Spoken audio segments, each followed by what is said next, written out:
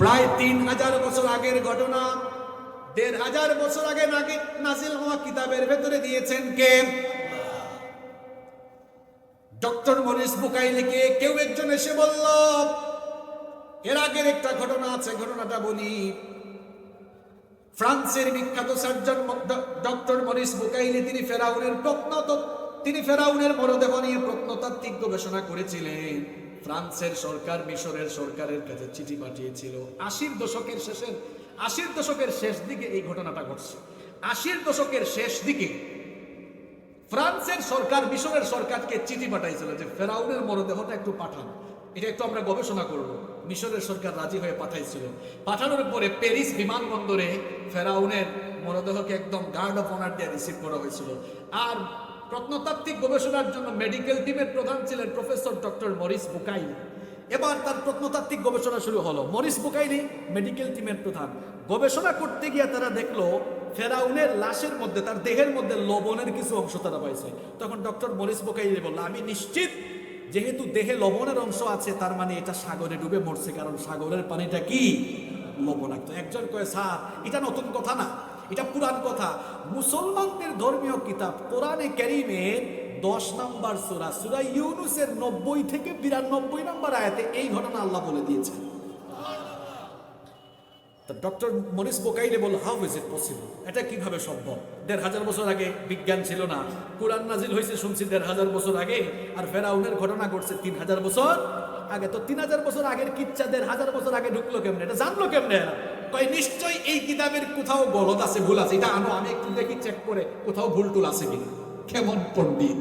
তার সামনে কোরআন আনা হলো, হ্যাঁ খুলছে কোরআন খুলে দেখে, হায় হায় হায় হায়, এগুলো তো আরবি লেখা। হ্যাঁ, কি আরবি জানে?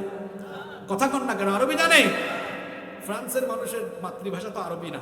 সে তার মাদার ল্যাঙ্গুয়েজে কোরআনকে ট্রান্সলেট করে পড়া শুরু করলো। সওয়াবের উদ্দেশ্যে না কোরআনের ভুল ধরার উদ্দেশ্যে? ডক্টর মরিস বুকাইলি কোরআনের ভুল বের করতে পারে না। এবার কোরআনকে সেই ইংলিশ ল্যাঙ্গুয়েজে ট্রান্সলেট করে কোরআন পড়া শুরু করলো, সওয়াবের নিয়তে নয়, ভুল ধরার নিয়তে। এরপরেও সে ভুল ধরতে পারে না। ডক্টর মরিস বুকাইলি এবার মনে মনে চিন্তা করলো, কোরআন যেহেতু আরবি ভাষায় নাজিল হয়েছে, সেহেতু আমি যদি আরবি ভাষায় কোরআন পড়ে কোরআন গবেষণা করি, তাহলে আমি কোরআনের ভুল ধরতে পারবো। সে কয়েকজন বড় বড় স্কলারের কাছে গিয়ে আরবি ভাষা শিখলো। আরবি ভাষা শেখার পরে এবার সূরাতুন নাস পর্যন্ত পুরো কোরআন সে ভালোভাবে পড়লো। ভুল ধরা তো দূরের কথা, গোটা কোরআন সে পড়ার পরে দুনিয়ার মানুষকে বলল, ও দুনিয়ার মানুষেরা শোনো, আমি ফ্রান্সের সবচাইতে বড় সার্জন ডক্টর মরিস বুকাইলি এসেছিলাম কোরআনের ভুল ধরার জন্য। কোরআনের ভুল ধরতে এসে দেখি এই কোরআন আমার নিজের জীবনের ভুল বের করে দিয়েছে। আল্লাহু আকবার! অনেক ডাক্তার ইন্টার্ন করছে, এরকম কিছু ডাক্তাররা এসেছে।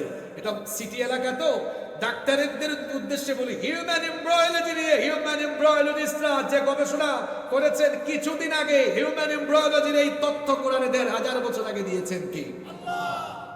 মায়ের পেটে মানুষ তো 1 ফোঁটা নাপাক পানি থেকে সৃষ্টি হয়েছে। ওই নাপাক পানি ফোঁটা কিভাবে ভ্রূণের ক্রমবিকাশ হয়ে ধাপে ধাপে স্টেপ বাই স্টেপ কিভাবে পূর্ণতায় পৌঁছালো, বিজ্ঞান গবেষণা করেছে। এবং বিজ্ঞান এটার নাম দিয়েছে হিউম্যান এমব্রায়োলজি, ভ্রূণ তত্ত্ব। আরবিতে যেটাকে জিন বলে, জিন, ভ্রূণ তত্ত্ব। এই ভ্রূণ তত্ত্ব নিয়ে গবেষণা করে বিজ্ঞানীরা অবাক হয়েছে, চিকিৎসকরা অবাক হয়েছে, কারণ এই তথ্য সূরা মুমিনুন সহ অনেক জায়গায় দিয়েছেন কে? আরেকটা আজীব তথ্য আজকে আপনাদেরকে দিয়ে যাই। আল্লাহর হাজার হাজার মাখলুকাত আছে, এটা নিয়ে ইখতিলাফ আছে। তাফসিরে রুহুল মাআনিতে আছে 40,000, অন্যান্য তাফসিরে আমি পড়ছি 80,000, আরো বেশি থাকতে পারে, আল্লাহু আ'লাম। হাজার হাজার সৃষ্টি, কিন্তু আপনারা কি জানেন দুনিয়াতে একমাত্র সৃষ্টি হচ্ছে মানুষ, যারা জন্মের প্রায় 16 সপ্তাহ 4 মাস আগে মায়ের পেটে থাকাকালীন তারা শুনতে পায়। সুবহানাল্লাহ, আরো আসতে বলেন।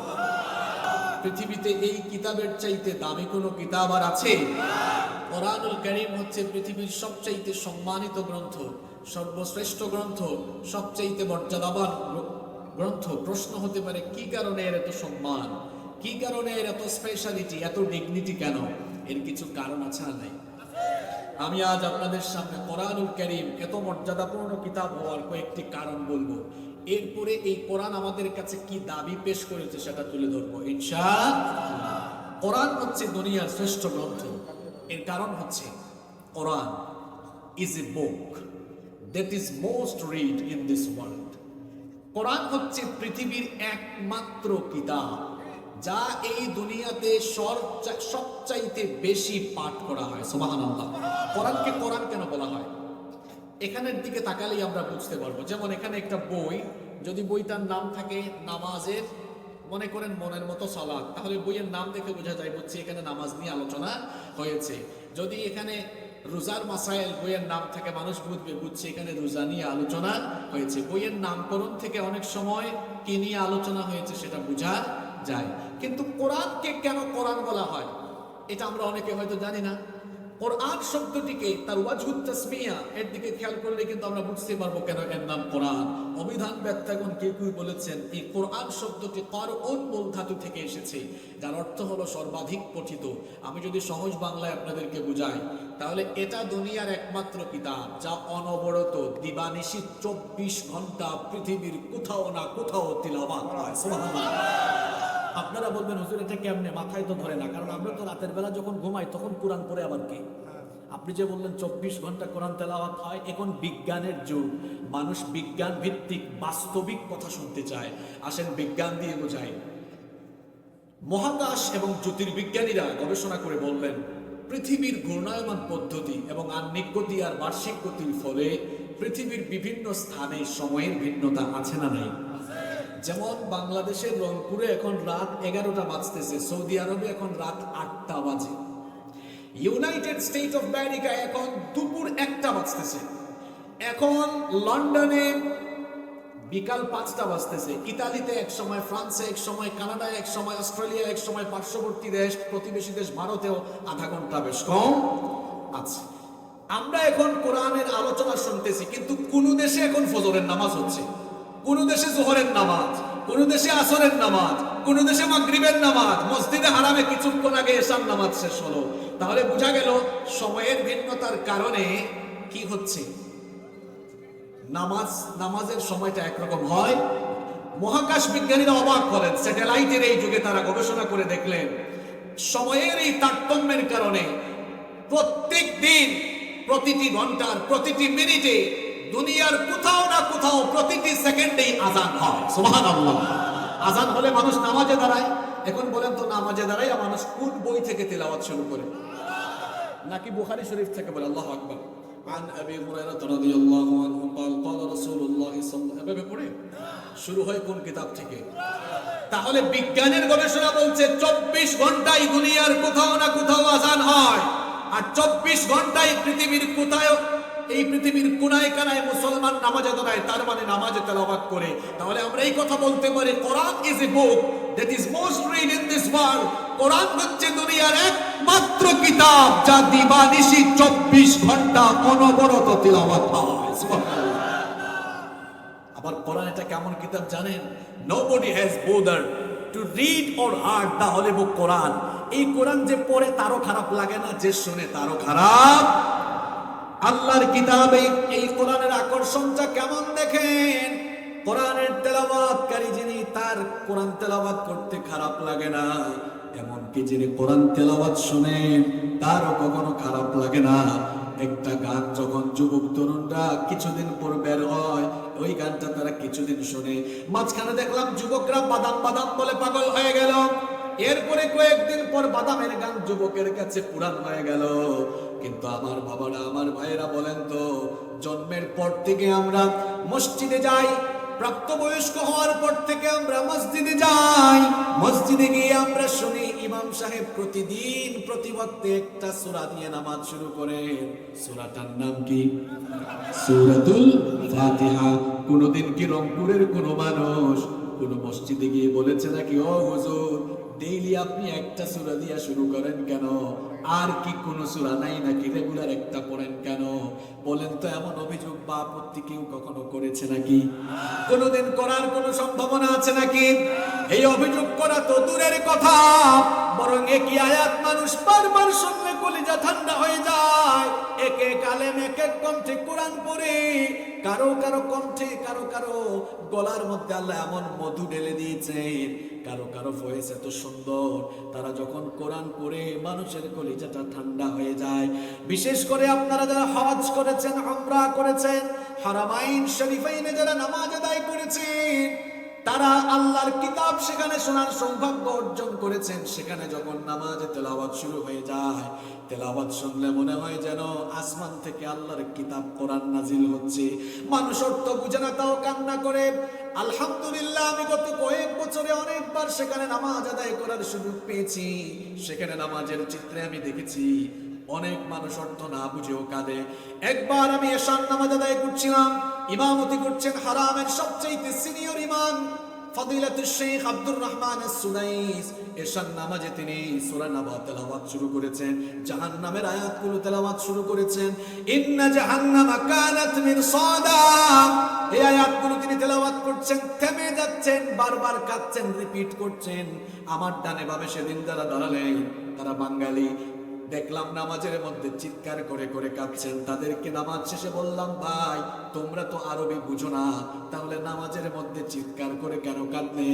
কয় হুজুর, অর্থ বুঝা লাগবে না, ইমাম সাহেব এত সুন্দর করে আল্লাহর কোরআন তেলাওয়াত করেছে, কলিজায় গিয়ে লেগেছে, কলিজা ঠান্ডা হয়ে চক্ষু দিয়ে পানি বের হয়েছে। তাহলে বুঝা গেল পৃথিবীর একমাত্র কিতাব হলো কোরআন। না বুঝলেও ভালো লাগে না খারাপ লাগে? আসতে বলবেন না, ভালো লাগে না খারাপ লাগে? এটা এমন কিতাব কখনো খারাপ লাগে? আবার শুনেন, এটা দুনিয়ার একমাত্র কিতাব, the number of the people who have memorized the holy book Quran is countless. এটা দুনিয়ার একমাত্র কিতাব যার মুখস্থকারীর সংখ্যা এত বেশি, এত বেশি, এত বেশি, যার ধারে কাছেও অন্য কিতাবের মুখস্থকারী নাই। সুবহানাল্লাহ। তাওরাতের এত হাফেজ নাই, জাবুরের এত হাফেজ নাই, ইনজিলের এত হাফেজ নাই। আজকে 20 জন ছাত্রকে পাগড়ি দেওয়া হলো। গোটা বাংলাদেশে 20 জন তাওরাতের হাফেজ হবে কিনা আমার জানা নাই। কিন্তু এই বাংলাদেশ নয়, গোটা বিশ্বে বলেন তো কোরআনের লক্ষ লক্ষ হাফেজ আছে না নাই? বাংলাদেশের কথা বাদ দেন, শুধু রংপুর এই মহানগরীর ভেতরে শত শত হাফেজ আছে না নাই? এই কিতাব কোরআনকে আবার মুখস্থ করার জন্য, এই কিতাব আবার কোরআনকে মুখস্থ করার জন্য, কোরআনকে সহজ ভাষায় যিনি নাজিল করেছেন তিনি কি? রব্বুল আলামিন কোরআনে কারীমে বলছেন, ওয়ালাকাদ ইয়াসসারনাল কুরআনা লিয-যিকরি ফাহাল মিন মুদ্দাকির। তোমাদের বোঝার জন্য, পড়ার জন্য এই কিতাবকে সহজ ভাষায় নাজিল করেছেন কি? সহজ না হইলে হাফেজরা 30 পারা আল্লাহর কালামকে সিনার ভেতরে রাখতে পারত? আল্লাহ তাআলা কোরআনকে সংরক্ষণ করছেন কেমনে দেখেন। যদি তামাম দুনিয়ার কোরআন বিরোধীরা ভাবে যে মুসলমানদেরকে কোরআন থেকে দূরে সরাবার জন্য তামাম দুনিয়ার কোরআন একত্রিত করে পুড়ায় ফেলবো, কোরআনকে দুনিয়া থেকে রিমুভ করা যাবে না, কারণ লক্ষ লক্ষ কোটি কোটি হাফেজদের সিনার ভেতরে কোরআনকে সংরক্ষণ করার এই সুন্দর ব্যবস্থা করেছেন কি?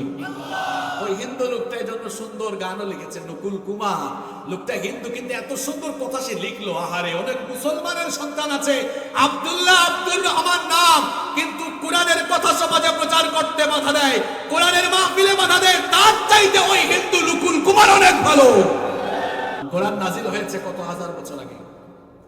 1500 বছর আগে। কত হাজার বছর আগে?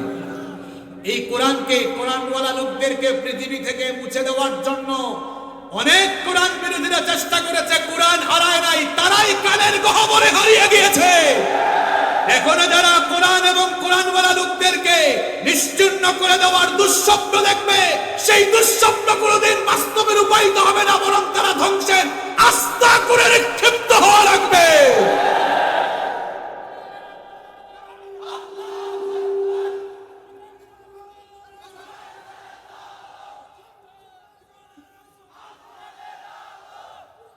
কোরআন শ্রেষ্ঠ গ্রন্থ কেন? 3টা পয়েন্ট বললাম। Number 4, 4 number, the entire Quran has been presented in poetic form.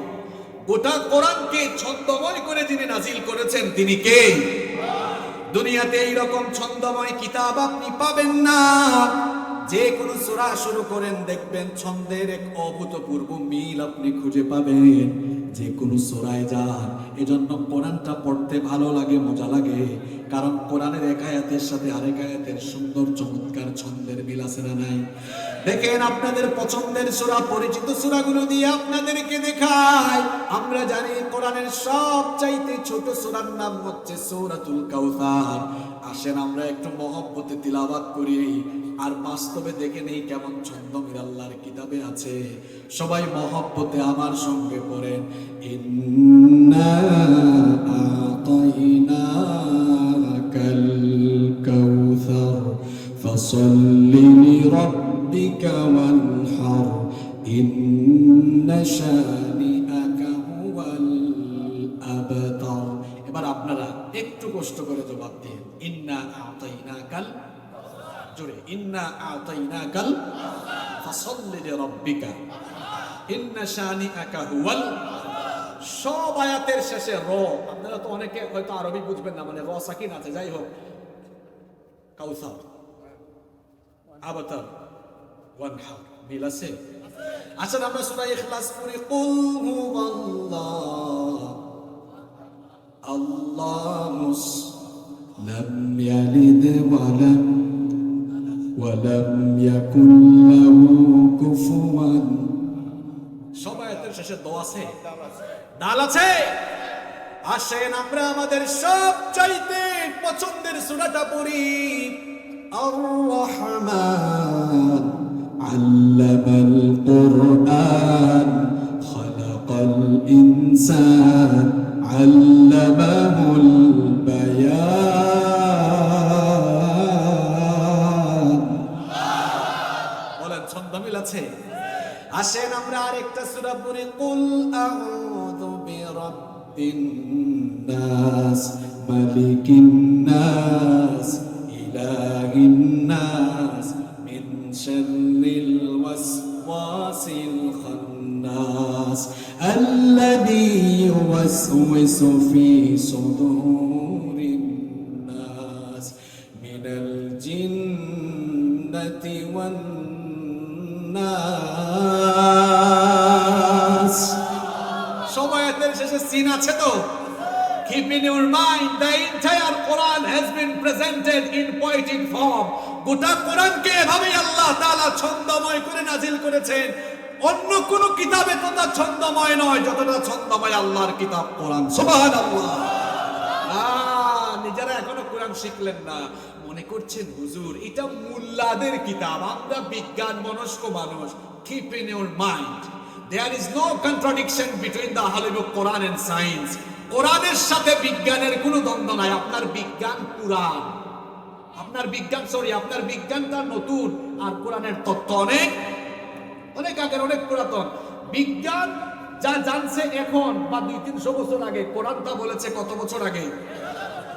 আমি বিশ্ববিদ্যালয়ে অনার্স মাস্টার্স করেছি কোরআনিক সায়েন্স নিয়ে, এজন্য কোরআন বিজ্ঞান নিয়ে পড়াশোনা গবেষণার সুযোগ আমার হয়েছে, আলহামদুলিল্লাহ। আল্লাহর কিতাব কোরআনে 6000-এর বেশি আয়াত আছে। আপনারা জানলে অবাক হবেন, 1500 আয়াত শুধুমাত্র বিজ্ঞানের ব্যাপারে আছে। আল্লাহু আকবার। আমরা জানি না কেন জানেন? আমরা ভাবছি এটা মুল্লাদের কিতাব, এটা ঝাড়ফুকের কিতাব, এটা তাবিজের কিতাব। নো, এটা জ্ঞানের কিতাব, এটা নেতৃত্বের কিতাব। যতদিন মুসলমানরা কোরআনের জ্ঞান আহরণ করেছিল ততদিন মুসলমানরা বিশ্বকে শাসন করেছিল। যখন মুসলমানরা কোরআন বাদ দিয়ে আব্রাহাম লিঙ্কন আর লেনিনের মতবাদ চর্চা শুরু করেছে, সেদিন থেকে আজ পর্যন্ত মুসলমানরা বিধর্মীদের লাথি খেয়ে খেয়ে এই জায়গায় এসেছে। আরো লাথি খাবে, আরো থাপ্পড় খাবে, যতদিন না কোরআনের কাছে মুসলমান ফিরে আসবে। বিজ্ঞান, আপনি যে বিজ্ঞানের বড়াই করেন, আপনার বিজ্ঞান এখনো কিচ্ছু জানে না। Cosmology, astronomy, philosophy, human embryology, geology, বিজ্ঞানের এমন কোন শাখা নাই যেটা নিয়ে আল্লাহর কিতাব কোরআনে তথ্য নাই। আল্লাহু আকবার। কসমোলজি হচ্ছে বিজ্ঞানের এমন একটি শাখা যেখানে মহাবিশ্বের গঠন, প্রকৃতি, মহাবিশ্বের বিস্তৃতি এগুলো নিয়ে আলোচনা হয়েছে। এই যে পৃথিবী আমরা যেখানে বাস করছি, কখনো কি চিন্তা করেছেন how the universe was created? এই মহাবিশ্ব কিভাবে সৃষ্টি হলো? মহাকাশ বিজ্ঞানীরা কি বলেছেন জানেন? তারা বলছেন যে আসলে আসমান, জমিন, চাঁদ, সূর্য, গ্রহ, নক্ষত্র এই সব কিছু একটা সময় এক জায়গায় ছিল। তখন সবকিছু ছিল গ্যাসীয় কণার সমষ্টি। বিগ ব্যাং থিওরি যারা জানেন, আপনারা এটা বুঝতেছেন ভালো, তারা বলছেন সব এক জায়গায় ছিল।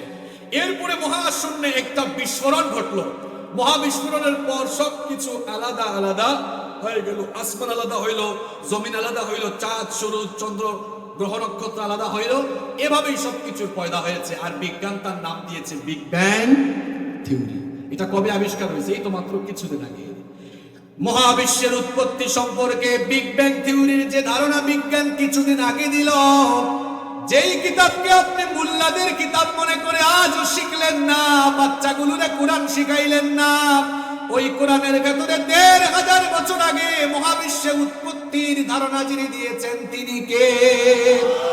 রব্বুল আলামিন কোরআনুল কারীমের ২১ নম্বর সূরা সূরাতুল আম্বিয়া এর ৩০ নম্বর আয়াতে বলছেন, আওয়ালাম ইয়ারাল্লাযীনা কাফারু আন্নাস সামাওয়াতি ওয়াল আরদা কানাতা রাতকান ফাফাতাকনাহুমা। আল্লাহ তাআলা বলছেন অবিশ্বাসীরা কি দেখে না?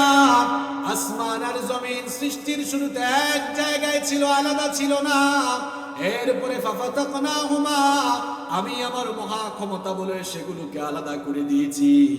কেমনে আল্লাহ আলাদা করলেন?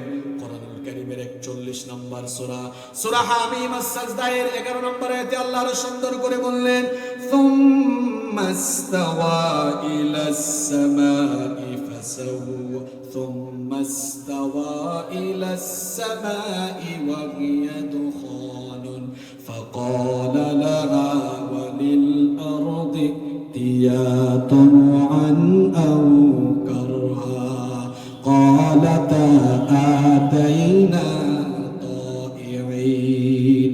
এদিকে তাকান।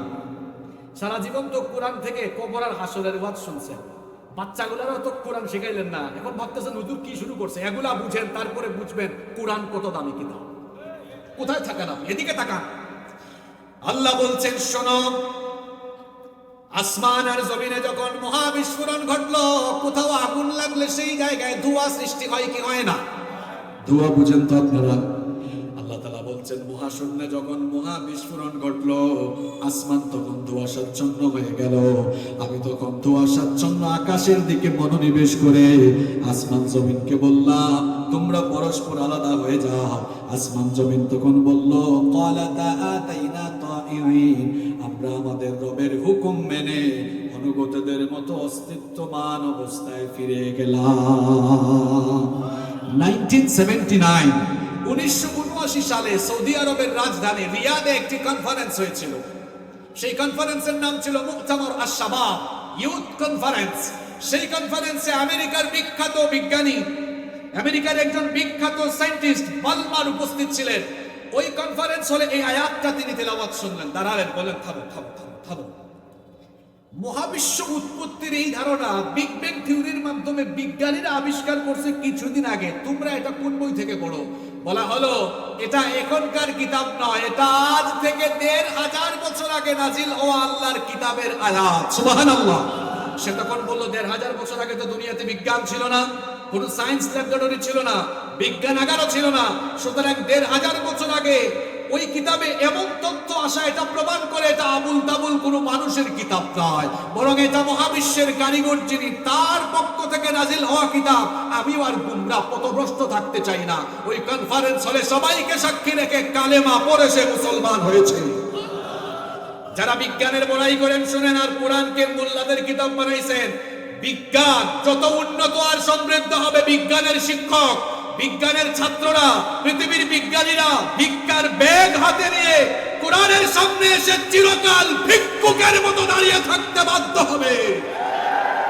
কারণ বিজ্ঞান যা জানছে, এখন কোরআন বলেছে ১৫০০ বছর। বিজ্ঞানটা কত পুরান, আপনার এই বিজ্ঞানটা কতটা নতুন আর কোরআন কত পুরাতন দেখেন। এই পৃথিবী যেখানে আমরা বাস করছি, পৃথিবীর আকারটা কেমন? বিজ্ঞান এক এক সময় এক এক তথ্য দিয়া মানুষকে ঝামেলায় ফেলাইছে। যেমন প্রাচীনকালের বিজ্ঞানীরা বলতেন পৃথিবী মনে হয় এটা চ্যাপ্টা, নইলে সমতল হবে। এটা হচ্ছে প্রাচীনকালের বিজ্ঞানীদের ধারণা। বিজ্ঞান ধীরে ধীরে উন্নত হলো। 1500 সালের পরে ফ্রান্সিস ড্রাক তিনি জলপথে পৃথিবী ঘুরলেন। জলপথে ঘোরার পরে তিনি বললেন, এতদিন বিজ্ঞানীরা যেটা বলছে পৃথিবী সমতল, আসলে পৃথিবী সমতল না। আমি জলপথে পরিভ্রমণ করে দেখেছি পৃথিবীটা গোল। বিজ্ঞান কি 1500 সালের জায়গায় আছে না আরো উন্নত হয়েছে? এখন স্যাটেলাইটের যুগ, স্যাটেলাইটের যুগে আধুনিক বিজ্ঞান বলল পৃথিবী গোল, এই তথ্য ভুল। তাহলে পৃথিবীটা কেমন? এখনো ওই দেখছেন হুজুর কয়েকজন ডিম বলে, কোন জায়গাতে পড়ে আছে? পৃথিবী কি গোল? কিসের মতো? কমলা লবিও না, ডিমের মতো। পৃথিবী কিসের মতো? পৃথিবী ডিম্বাকৃতির। বিজ্ঞান বলছে কিছুদিন আগে। এই কোরআনকে আপনারা মুল্লাদের কিতাব বানাইছেন, যার পুতের কিতাব অনেকে বলেন। দেখেন আল্লাহর কিতাব কতটা সায়েন্টিফিক। 1500 বছর আগে পৃথিবীর সেই প্রাকৃতির ব্যাপারে আল্লাহর কিতাবে আল্লাহ কি বললেন? আল্লাহ তাআলা বললেন, ওয়াল আরদা বা'দা যালিকা দাহাহা। আল্লাহু আকবার। ওলামায়ে কেরাম বসে আছেন যারা আরবি ভাষা ভালো জানেন, পাবস ডিকশনারি খুলে দেখবেন উট পাখির ডিমকে আরবিতে বলা হয় দাহা। আল্লাহ এই আয়াতে বলছেন, আর আমি জমিনকে, পৃথিবীকে উট পাখির ডিমের মতো ডিম্বাকৃতির করে বানিয়েছি। আল্লাহু আকবার। তাহলে চিৎকার করে বলেন, কোরআন আগে না বিজ্ঞান আগে? দেখেন কোরআনটা কত সায়েন্টিফিক। এই যে গিয়েই আমরা সামনে ভূত আসতেছে, ভূত দিয়ে মারবো ফিঙ্গারপ্রিন্ট, আঙ্গুলের ছাপ। আঙ্গুলের ছাপ মারেন না? জায়গা জমি দলিলে রেজিস্ট্রিতে গেলে মেয়র সাহেব ছাপ দেওয়া লাগে না? ছাপ দেওয়া লাগে। আমরা যখন দেশের বাইরে যাই ইমিগ্রেশনও ফিঙ্গারপ্রিন্ট দেওয়া লাগে, সিম কিনতে গেলেও ফিঙ্গারপ্রিন্ট দেওয়া লাগে। আমরা বাংলায় অনেকে বলি টিপসই আঙ্গুলের ছাপ। 1800 সাল, এখন তো 2022 সাল, 1800 সালের আগে পৃথিবীর মানুষ ফিঙ্গারপ্রিন্ট সম্পর্কে জানতোই না। 1800 সালের পরে ফিঙ্গারপ্রিন্ট আবিষ্কার হয়েছে। ব্রিটিশ বিজ্ঞানী উইলিয়াম হার্সাল ইংল্যান্ডে এটা আবিষ্কার করেছিলেন। তিনি হিউম্যান বডির উপরে রিসার্চ করে এই ফিঙ্গারপ্রিন্টের ধারণা দিলেন যে আমরা পৃথিবীতে যত মানুষ আছি, একজনের আঙ্গুলের ছাপের সাথে আরেকজনের আঙ্গুলের ছাপের কোনো মিল। আমাদের হাতে আঙ্গুল আছে কয়টা? একটার সাথে আরেকটার ছাপের মিল আছে? মিল নাই। পাসপোর্ট অফিসে গেলে দেখবেন এর জন্য কয় 10টাই মারো। পৃথিবীতে 700 কোটি মানুষ আছে, একজনের সাথে আরেকজনের ফিঙ্গারপ্রিন্টের কোনো মিল জানছি মাত্র 200-300 বছর আগে। কিন্তু এই কিতাব, আল্লাহর কিতাব, এই কোরআনে আরো 1500 বছর আগে আল্লাহ ফিঙ্গারপ্রিন্টের কথা বলেছেন। কোরআনুল কারীমের 75 নম্বর সূরা সূরাতুল কিয়ামাহ এর 3 এবং 4 নম্বর আয়াতে আল্লাহ তাআলা বললেন, আয়াহসাবু আল্লান নাজমা ইযামা বালা কাদিরিনা আলা আন নুসাউইয়া বানানা। আল্লাহু আকবার। পৃথিবীতে কিছু সংশয়বাদী মানুষ আছে, তারা বলে আমরা যখন মরে যাব, কবরে যাওয়ার পরে আমাদের দেহ যখন মাটি খেয়ে ফেলবে, যখন হাড় গুড় সবকিছু ছিন্ন বিচ্ছিন্ন আলাদা হয়ে যাবে, কে আবার আমাদেরকে জিন্দা করবে? এই সকল সংশয়বাদীদের কথার জবাব দিতে গিয়ে আল্লাহ বললেন, হে সংশয়বাদী লোকেরা শোনো, তোমার দেহের প্রতিটা অঙ্গ প্রত্যঙ্গ, হাড় গুড় মাংস আলাদা হয়ে গেলেও, ছিন্ন বিচ্ছিন্ন হয়ে গেলেও সেগুলো কি কেবল আমি জোড়া লাগাবো না, বরং তার পাশাপাশি কি করব বান্দা শোনো, বালা কাদিরিনা আলা আন নুসাউইয়া বানানা, বরং তোমাদের প্রত্যেকের আঙ্গুলের হাতের এই যে মাথা, আঙ্গুলের মাথার ছাপ পর্যন্ত আমি আবার একত্রিত করব। আল্লাহু আকবার বলেন, আল্লাহু আকবার বলেন। তাইলে বলেন বিজ্ঞান আগে না কোরআন আগে? বিজ্ঞান আগে না কোরআন আগে? শিখছেন কি আগে? আমাকে জবাব দেওয়া হবে। পুলামাইয়ারে ছেলে মেয়েরে শিখাইছেন কি আগে? নিজের বিবেককে প্রশ্ন করুন। বিশ্ববিদ্যালয়ে পড়ে এমন ছেলেদেরকে বলি, তুমি তো খুব সুন্দর ইংরেজিতে কথা বলতে পারো, do you know Quran? Do you recite the holy book Quran? No. এই ব্যর্থতা কার? এটা তার মা বাবার, কারণ তার মা বাপ তারে কোরআন শেখায় নাই। Keep in your mind, teach your children the holy book Quran. The Holy Book Quran will teach your children everything. আপনার সন্তানকে আগে কোরআন শিখান, দেখবেন কোরআন আপনার সন্তানকে গোটা পৃথিবীর জ্ঞান বিজ্ঞানের সাথে পরিচিত করে দিবে, ঠিক কি না? তবে আজকে একটা মনের কথা আপনাদেরকে বলি, কেউ রাগ করেন না। আমাদের দেশে ব্রিটিশরা যে পেস লাগাইয়া গেছে, এই পেস থেকে যতদিন আমরা ছুটবো না, বিভক্তি কমবে না। ঠিক আগে আগে কইলেন কেন? আগে শোনেন তারপরে ঠিক করেন। ঠিক ঠিক বলা ফ্যাশন হয়ে গেছে এখন মাহফিলে। কি ঠিক? কিচ্ছু ঠিক না, এখনো শুনেন নাই কেমন পেজ লাগাইছে দেখেন। স্কুলের মধ্যে করছে 3 গ্রুপ, সায়েন্স, আর্টস, কমার্স। মাদ্রাসায় করছে 2 গ্রুপ, কৌমি, আলিয়া। তাহলে 3 আর 2 হয়েছে কত? এক বাপের যদি 5 ছেলে থাকে আর 5 জন যদি 5 জায়গায় পড়ে, এক একটার চিন্তা হয় এক এক রকম, আর এক একজন এক এক রকম ভাবে থাকে, একজনের সাথে আরেকজনের দৃষ্টিভঙ্গি মিলে না, সবাই যার যার জায়গা থেকে কয় হামসে বড় কোন হে। হ্যাঁ, যে সায়েন্সে পড়েছে কয় আব্বা আপনার বাকি কুলাগুলারে, বাকি ছেলেগুলারে যে আপনি পড়াইছেন তো কিচ্ছু জানে না, আমি তো বিজ্ঞানের সব জানি। আর আর্টসে যে পড়ছে হ্যাঁ আরো ভাব না, আমি গভর্নমেন্ট জবে যাওয়ার অনেক সুযোগ আমার আছে। কমার্সে যে পড়ছে হ্যাঁ মনে করে ব্যবসা সব বুঝে ফেলছে। কমিতে যে পড়ছে হ্যাঁ মনে করে আমি আরবি সব জানি। আলিয়াতে যে পড়ছে হ্যাঁ বলতেছে এই যে কমিতে যে পড়ছে আর ওগুলা যে আছে স্কুলের গুলা শুধু দুনিয়া জানে, আখেরাত জানে না। কবিতে যেটা পড়ছে এইটা শুধু আরবি জানে, কিন্তু দুনিয়া জানে না। আমি আলী, আমি সব জানি। এই যে 5 জনের 5 রকম বক্তব্য, 5 জনের 5 রকম চেতনা তৈরি হয়েছে থেকে এই নানামুখী শিক্ষা ব্যবস্থার কারণে। এবার আমার কথা শোনেন, শিক্ষা ব্যবস্থা যতদিন না একমুখী হবে, বাংলাদেশের কথা আমি বলছি না, ভারতীয় উপমহাদেশের কিলাকিলি ততদিন দূর হবে না। এবার মন দিয়ে বাবারা 2টা মিনিট আমার কথা শুনে, 2টা মিনিট শুনে, সবার মনোযোগ আছে তো? এমন হলে কেমন হতো, এমন হলে কেমন হতো, বিভিন্ন নানামুখী শিক্ষা থাকবে না। সমাজের এই বিভেদ দূর করার জন্য এবং একটি সুশিক্ষিত সুসভ্য চরিত্রবান জাতি গঠনের জন্য এটা আমার একটা প্রস্তাবনা। আমি এটা বাংলাদেশের বহু জায়গায় বছর বলতেছি। মেয়র সাহেব আছেন, তিনি জনপ্রতিনিধি মানুষ, তিনিও শুনলে এটা ভালো হবে। দেখেন, যদি বিষয়টা এমন হতো, সাংবাদিক ভাইয়েরাও শোনেন, যদি এমন হতো একমুখী শিক্ষা, মনে করেন ক্লাস 1-এ যাওয়ার আগে রিসিপশন ক্লাস আছে না, যেগুলোকে নার্সারি প্লে বলে, তো এখানে যাওয়া আসা করবে, সেখানে কায়দা সিফারা বা যেটাকে আমরা নাজেরা বলি, নাজেরা সে পড়লো।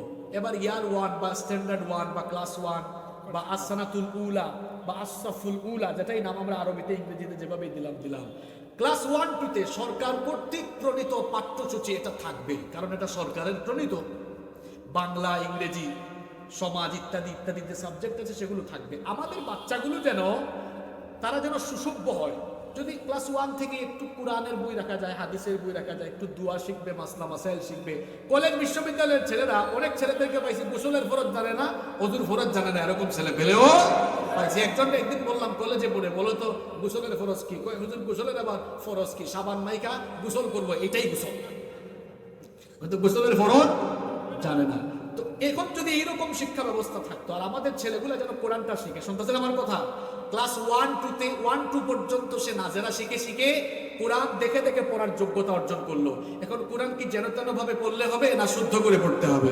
আল্লাহ বলেছেন ওয়ারাত্তিলিল কুরআনা তারতিলা, শুদ্ধ করে তারতিল তাজবিদের সাথে পড়তে হবে। এখন আমরা সিলেবাসে যদি এটা রাখা দেই যে ক্লাস 3 আর 4-এ তাজবিদ শিখবে, তাজবিদ সহকারে বিশুদ্ধ করে আবার কোরআন সেখানে শেখানো হবে, তাহলে ক্লাস 4 পর্যন্ত এটা থাকলো। এবার আমার কথা শোনেন, যুবকরা শোনেন, ক্লাস 5 থেকে ক্লাস 10 পর্যন্ত, ম্যাট্রিক পর্যন্ত কয় ক্লাস? আরে ভাই জুড়ে বলেন, 5 ক্লাস কেমনে? বিসিএস ক্যাডার কেমনে হইবেন? আপনারা তো হিসাবও জানেন না।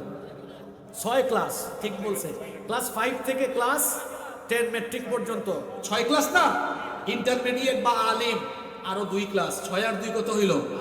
8। অনার্স আরো কয় বছর? 6 আর 4 কত হইল? 10, তাই না? সরি, 8 আর 4 কত হইল? হিসাবে পেশ লাগছে। আবার বলে ক্লাস 5 থেকে ম্যাট্রিক 6, ইন্টারমিডিয়েট 2, 8 আর অনার্সের 4 কত হইল? 12 আর মাস্টার্সের 2 কত হইল? 14। কোরআনে পারা আছে কয়টা? কথা বলছেন না কেন? 14 দ্বিগুণে কত হয়? হাফেজি মাদ্রাসার হুজুররা রাগ করেন না, শুধু এই হাফেজি মাদ্রাসা হাফেজ হবে কেন? সবাই একটু একটু হাফেজ হলে ভালো না? 14 দ্বিগুণে 28। ক্লাস 5 থেকে মাস্টার ডিগ্রি পর্যন্ত মুসলমান সন্তানদের জন্য প্রত্যেক বছর 2 পারা কোরআন শেখা সিলেবাসে বাধ্যতামূলক যদি করা হতো, মাস্টার ডিগ্রিতে গিয়ে দেখা যেত হাফেজ ডাক্তার, হাফেজ ইঞ্জিনিয়ার, হাফেজ ব্যারিস্টার, হাফেজ চিকিৎসক, হাফেজ ফার্মাসিস্ট, হাফেজ ইঞ্জিনিয়ার। দেখা যেত বিশ্ববিদ্যালয় শেষ করে বিশ্ববিদ্যালয় পড়ুয়া ছেলেমেয়েরা ডিগ্রি নিয়ে চোর ডাকাত চাঁদাবাজ টেন্ডারবাজ নয়, আল্লাহর ওলি হয়ে হয়ে বের হতো। এখন আবার অনেকে বলতে পারেন হুজুর ইয়াদ রাখবে কেমনে, ইয়াদ রাখবে কেমনে? এক পাড়ায় হইল 10 পৃষ্ঠা না, 2 পাড়ায় কত 20 পৃষ্ঠা। আরে ভাই 1 বছরে 365 দিন, এক শব্দ শিখলো, টাটকা মুখস্থ হবে, ওরাল টেস্ট হবে, মৌখিক পরীক্ষা, ভাইবা দিতে হবে, বলা হবে এই ক্লাস থেকে আরেক ক্লাসে যাইতে পারবা না, এই 2 পারা শেষ করে পরীক্ষাটা পাস করে যাওয়া লাগবে। 14 দিন করে তো 28 হলো, বলবেন হুজুর ওই 2 পারা কই যাবে? অনার্স মাস্টার্সে গেলে মুখস্থ আরো বাড়ে, ওই সময় ওই 2 পারা ভাগ করে ঢুকাই দিয়ে, তাহলে তো হয়ে যায়, ঠিক কি না? এটা গেল হাফেজ। যারা চূড়ান্ত হাফেজ হবে, সবার মেধা কি একরকম? যার ইয়াদ রাখার যোগ্যতা নাই, সে ক্লাসে ক্লাসে শিখে 30 থেকে 20 মুখস্থ থাকলে অসুবিধা কোথায়? তারপরেও তো হাফেজ থাকতো, বা কিছু হাফেজও থাকতো। এবার আসেন, গোসলের ফরজ জানে না যে, এবার আসেন ক্লাস 3-4 থেকে যদি সরকারের পাঠ্যসূচি থাকবে, আবার সাংবাদিক থাকলে উল্টা রিপোর্ট করে নেয় হাসিবুর রহমান সরকারের পাঠ্যসূচির বিরুদ্ধে কথা বলেছে। সরকারের প্রণীত পাঠ্যসূচি থাকবে। আমাদের মুসলমান ছেলেগুলা যেন চরিত্রবান হয়, ছেলে মেয়েগুলা, আমরা এবার প্রত্যেকটা ক্লাসে, বেশি না মাত্র 2টা, বেশি না 2টা বা 3টা, না হইলে 2টাও রাখেন, যে কোরআন হাদিসের মাসলা মাসাইল বা ইসলামের মৌলিক নলেজ গুলো তারা জানবে, এরকম 2-3টা সাবজেক্ট রাখেন ইন্টারমিডিয়েট পর্যন্ত। সায়েন্স, আর্টস, কমার্স আলাদা থাকবে না, কৌমি আলিয়া নাই, এইরকম একমুখী শিক্ষা চলবে ইন্টারমিডিয়েট পর্যন্ত। এবার যে আলেম হতে যায়, চায় মুফাসসির হতে যায়, সে এবার অনার্সে গিয়ে বিশ্ববিদ্যালয়ে আত-তাখাসসুস ফিত তাফসীর, সে এবার তাফসীর ডিপার্টমেন্টে যাবে। যে মুহাদ্দিস হতে চায় হাদিস ডিপার্টমেন্টে যাবে, যে ফকিহ হতে চায় ফিকহ ডিপার্টমেন্টে যাবে, যে আরবি সাহিত্য নিয়ে পড়তে চায় আরবি সাহিত্য বিভাগে যাবে, যে ব্যক্তি ইফতা নিয়ে পড়তে চায় ইফতা বিভাগে যাবে, যে এলএলবি নিয়ে পড়তে চায় এলএলবি তে যাবে, যে বিবিএ নিয়ে পড়তে চায় বিবিএ তে যাবে, যে এমবিবিএস পড়বে এমবিবিএস যাবে, যে সিএসসি তে পড়বে সিএসসি তে যাবে, যে ফার্মাসিতে পড়বে ফার্মাসিতে যাবে, যে ব্যক্তি ইংলিশ ডিপার্টমেন্টে পড়বে ইএলএল এ যাবে। যার যার বিভাগ ইন্টারমিডিয়েটের পরে ভাগ হবে, এর আগে এক থাকবে। এই শিক্ষা যদি থাকতো, ঠেলাঠেলি গুতাগুতি কমে যেত, আর ছেলেমেয়েরা বিশ্ববিদ্যালয়ের ডিগ্রি নিয়ে কনভোকেশনে যখন তার সনদ দিয়ে বের হতো, চরিত্রবান আল্লাহওয়ালা হয়ে হয়ে বের হতো। আমরা কোরআন শিখাই নাই বাচ্চাগুলারে, এই জন্য ডাক্তার হইছে, কিন্তু মানবতাবাদী ডাক্তার হয় নাই, কোষায় ডাক্তার হইছে। ছোটবেলায় কোরআন শিখাই নাই, শিখাই ফেলছি সব, এরপরে ব্যারিস্টার হইছে। ওই আপার মতো হইছে আর কি, যে আপা টক শুতে বড় বড় কথা বলে, আবার বাড়িতে গিয়ে মারে ঘর থেকে বের করে দেয়।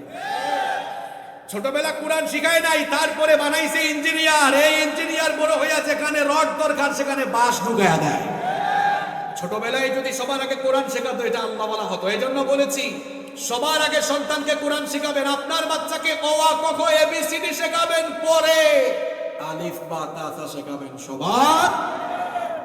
তাহলে আমাদের শিক্ষা, সন্তানদেরকে শিক্ষা দীক্ষা দেওয়ার বেলায় সবার আগে কি শিখাবেন? আরো জোরে বলেন, কি শিখাবেন? আরো জোরে বলেন, কি শিখাবেন?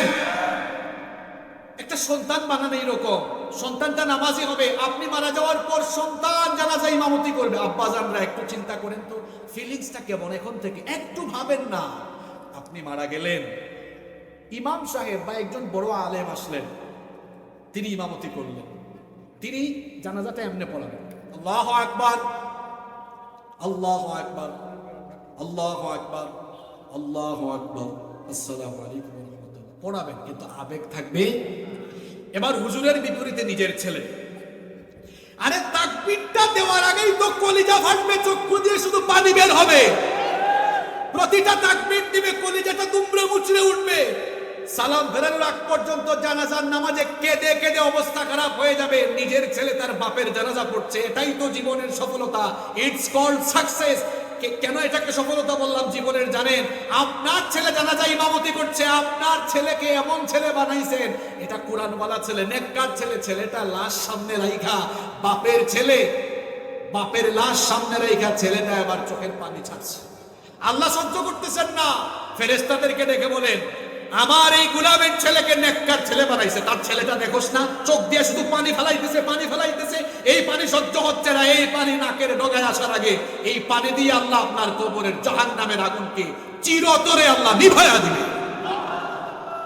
সারা দুনিয়ার পানি দিয়ে কবরে জাহান্নামের আগুন নেভানো যায়?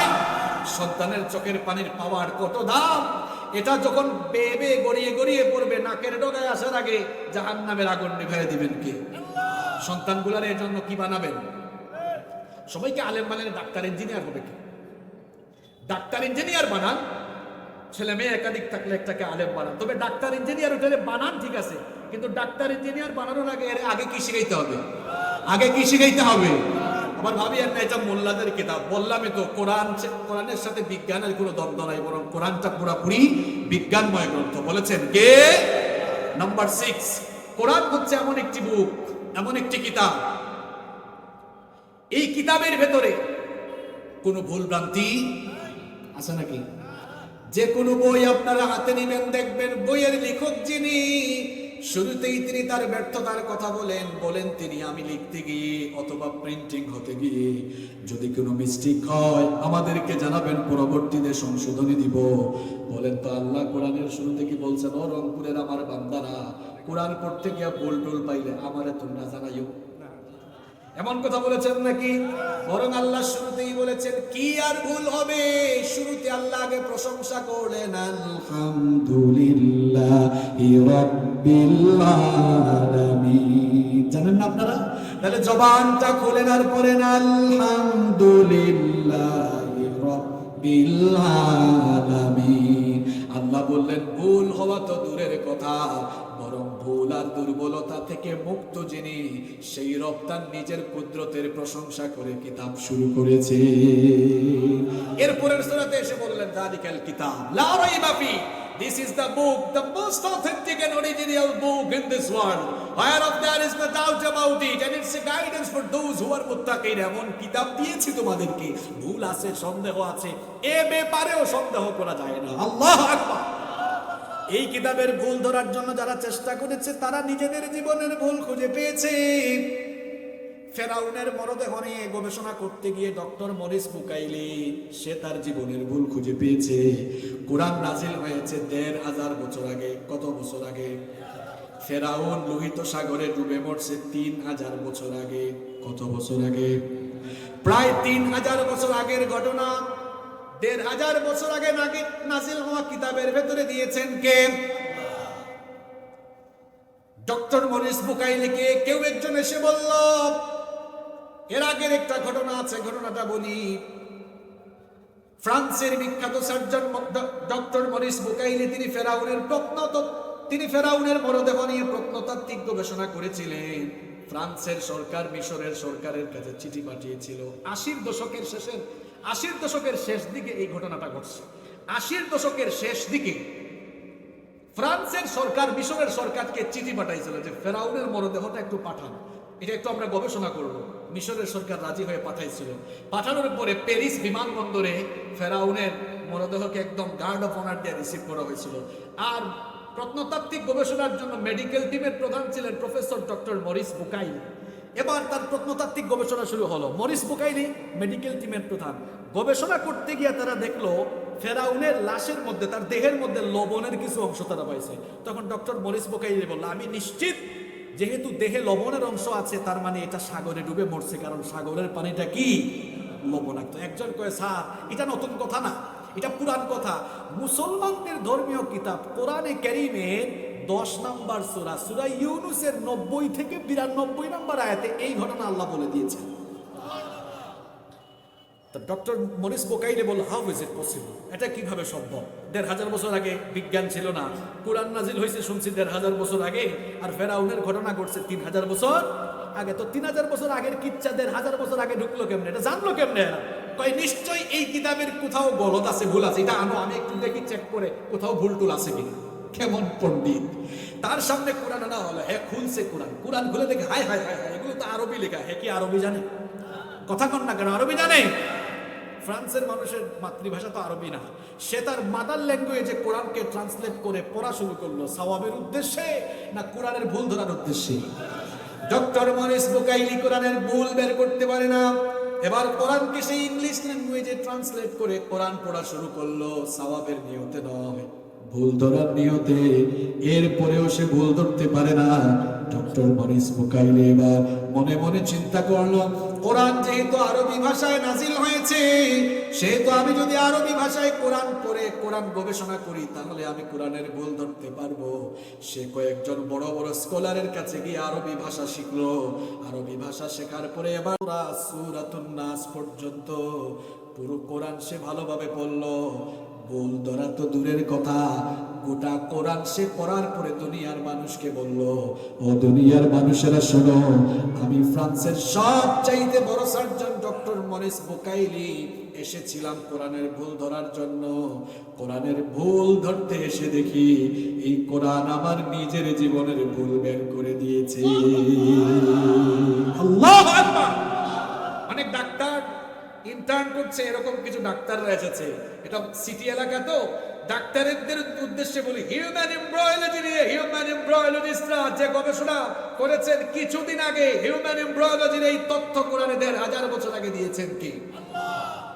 মায়ের পেটে মানুষ তো এক ফোঁটা নাপাক পানি থেকে সৃষ্টি হয়েছে, ওই নাপাক পানি ফোঁটা কিভাবে ভ্রূণের ক্রমবিকাশ হয়ে ধাপে ধাপে স্টেপ বাই স্টেপ কিভাবে পূর্ণতায় পৌঁছালো, বিজ্ঞান গবেষণা করেছে এবং বিজ্ঞান এটার নাম দিয়েছে হিউম্যান এমব্রয়োলজি, ভ্রূণ তত্ত্ব। আরবিতে যেটাকে জিন বলে, জিন, ভ্রূণ তত্ত্ব। এই ভ্রূণ তত্ত্ব নিয়ে গবেষণা করে বিজ্ঞানীরা অবাক হয়েছে, চিকিৎসকরা অবাক হয়েছে, কারণ এই তথ্য সূরা মুমিনুন সহ অনেক জায়গায় দিয়েছেন কে? আরেকটা আজীব তথ্য আজকে আপনাদেরকে দিয়ে যাই, আল্লাহর হাজার হাজার মাখলুকাত আছে, এটা নিয়ে ইখতিলাফ আছে, তাফসিরে রুহুল মাআনিতে আছে ৪০,০০০, অন্যান্য তাফসিরে আমি পড়ছি ৮০,০০০, আরো বেশি থাকতে পারে, আল্লাহু আ'লাম। হাজার হাজার সৃষ্টি, কিন্তু আপনারা কি জানেন দুনিয়াতে একমাত্র সৃষ্টি হচ্ছে মানুষ, যারা জন্মের প্রায় ১৬ সপ্তাহ ৪ মাস আগে মায়ের পেটে থাকাকালীন তারা শুনতে পায়। সুবহানাল্লাহ, আরো আসতে বলেন, বাসায় গিয়ে বলিয়ে। আমার কথা বুঝছেন? সোজা বাংলায় বলি, আমরা পৃথিবীতে আসিও নাই, মার পেটে আছি, ওই সময়ে ৪ মাস আগে আমরা মার পেটে থাকতে থাকতে শুনি। সুবহানাল্লাহ পড়বেন না? বিজ্ঞানীরা বলছেন a child gets hearing before 16 weeks of birth. সন্তান মায়ের পেটে যখন থাকে জন্মের ৪ মাস আগে শুনে। এখন তো বিজ্ঞানীরা খুব খুশি, হায় হায় দেখছো আমরা কি আবিষ্কার করছি, কি আবিষ্কার করছি, কচু আবিষ্কার করছেন আপনি, এটাও কোরআনে আছে।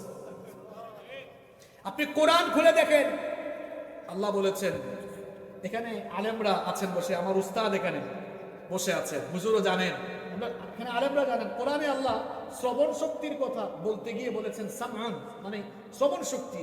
দৃষ্টি শক্তির কথা বলতে গিয়ে কখনো কখনো আল্লাহ বাসর বলেছেন, বহু বচনে আবার আবসার বলেছেন। কোরআন খুলে দেখুন, আল্লাহ কোরআনের সব জায়গায় বাসরের আগে সাম, অর্থাৎ দৃষ্টি শক্তির আগে শ্রবণ শক্তির কথা বলেছেন। ইন্নাস সামআ ওয়াল বাসার ওয়াল ফুআদা, অন্য আয়াতে যান ওয়া জাআলা লাকুমুস সামআ ওয়াল আবসারা ওয়াল আফইদা। সব জায়গায় আল্লাহ, বাংলায় বলি, দৃষ্টি শক্তির আগে শ্রবণ শক্তির কথা বলেছেন। আধুনিক যুগের মুফাসসিরগণ এই আয়াতগুলোর সায়েন্টিফিক এক্সপ্লেনেশন করেছেন এভাবে, যেহেতু আল্লাহ কোরআনের সব জায়গায় দৃষ্টি শক্তির আগে শ্রবণ শক্তির কথা বলেছেন, তার মানে সন্তান দেখার শক্তি লাভ করার আগে শ্রবণ শক্তি লাভ করে। সুবহানাল্লাহ।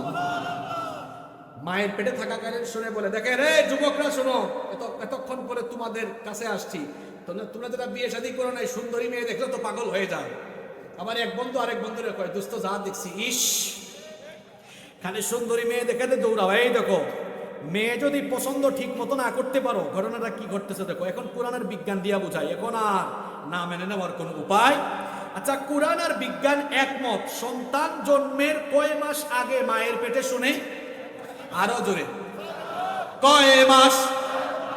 আরো জোরে, কয় মাস?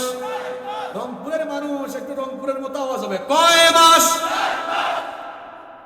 এবার আসেন, ৪ মাস আগে শুনে। বিজ্ঞানও একমত, কোরআনও।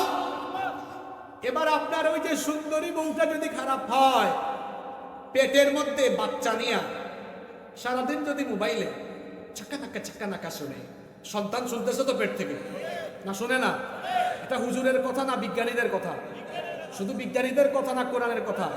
এখন বউ পেটে সন্তান নিয়ে সারাদিন হিন্দি সিরিয়াল দেখে, নাটক দেখে, সিনেমা দেখে, ঝাঁকা নাকা গান শুনে, আল্লাহর কসম ওই মহিলার পেট থেকে যেটা বের হবে ওইটাও ঝাঁকা নাকা মার গান। আর কোরআন বিজ্ঞান বলছে যে সন্তান পেটে নিয়ে জন্মের ৪ মাস আগে সন্তানটা শুনে। এবার মেয়েটা যদি ভালো হয়, যুবক ভাইয়ের শোনো, মেয়েটা ভালো নামাজি, আজান হইলেই নামাজে দাঁড়ায়, নামাজে কোরআন পড়তেছে, শুনতেছে সন্তান পেট থেকে। তাসবিহ জপতেছে, সন্তান পেট থেকে তাসবিহ শুনতেছে, জিকির করে সন্তান জিকিরের আওয়াজ শুনে, কুরআন তেলাওয়াত, জিকির আজকার এগুলো শুনে শুনে সন্তান পেট থেকে যখন বের হয়, এই মহিলার পেট থেকে যে সন্তান আসে বড় বড় আল্লামা, মুফাসসির, মুহাদ্দিস, আলেম, বুজুর্গ, পীর, মাশায়েখ হয়ে যায়। এজন্য বউ শুধু বউ নয়, এটা হচ্ছে সন্তান উৎপাদনের কারখানা। ঠিক তো কইলে রে যুবকরা, আবার বলো যারা মিসকিন আছো বিয়ে করো নাই, রাগ করো না, মিসকিন ওই অর্থে বলে নাই, মিসকিন এই অর্থে বলেছি কারণ জীবন সঙ্গী নাই, এখনো একা একা। তো বিয়ে করার সময় সুন্দর সুন্দর মেয়ে দেখে দৌড়াইবা না নামাজি দেখে দৌড়াইবা? যারা বিয়ে করো নাই, বিয়ে করার সময় ঝাঁকানাকা মেয়ের দিকে দৌড়াবা না পর্দাশীল মেয়ের দিকে দৌড়াইবা? আর আব্বাজানরা আপনারা কি করবেন? আপনারা মেয়ে বিয়ে দেওয়ার সময় ঝাঁকানাকা ছেলের কাছে দিবেন, তাই তো? মেয়ে বিয়ে দেওয়ার সময় আল্লাহর নবী বলেছেন আল্লাহর নবী বলেছেন ছেলেরা বিয়ের সময় কি দেখো? তুনকাহুল মারআতু লিআরবা, লিমালিহা ওয়া লিহাসবিহা ওয়া লিজামালিহা ওয়া লিদীনিহা।